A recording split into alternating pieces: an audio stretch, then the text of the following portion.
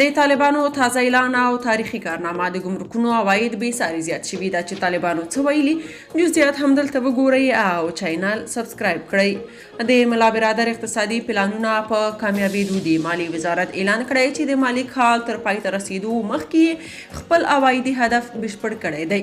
مالی وزارت په یو خبرپاڼه کې ویلي د ګمرکاتو لوی ریاست ته د 1401 مالی کال لپاره د 115 میلیارد افغانۍ هدف ټاکل شوی و چې یاد ریاست دا هدف د مالی کال تر پای ته رسیدو 15 ورځې مخکې بشپړ کړ. د مالی وزارت د ګمرکونو لوی ریاست ویلي د اسلامي امارت له بیا حاکمیت څخه مخکې د هیواد ګمرکات هیڅ وخت د مالی وزارت لخوا ورکول شوي هدف نو پوره کړی چې په وینا یې دا لومړی ځل دی چې د هیواد له ګمرکونو څخه په لوړه کچه عواید راټولیږي. مالی وزارت ویلي چې د جمهوریت آخري مالی کال کې د ګمرکونو څخه 15 میلیارد افغانۍ عواید ترلاسه شوي وو. یاد ریاست ویلي چې تمه کېږي د ګمرکونو عواید به د روان کال تر پایه پورې 110 میلیارد افغانۍ ته لوړ شي.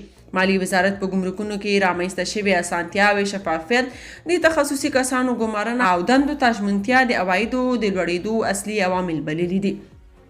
یاد وزارت ویلي چې اوس مهال تر پخوا تجارت هم کم دی او بیا هم دومره عواید ترلاسه شوي نو دا د مسؤلینو لخوا د فساد د مخنیوي او وطن ته ژمنتوب ثابتوي.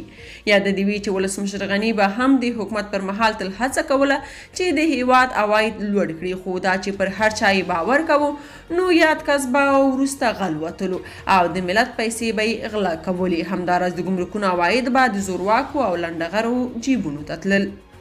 که تاسو په دې اړه څه نظر لرئ په کومنټ کې شریک او چینل سبسکرایب کړئ.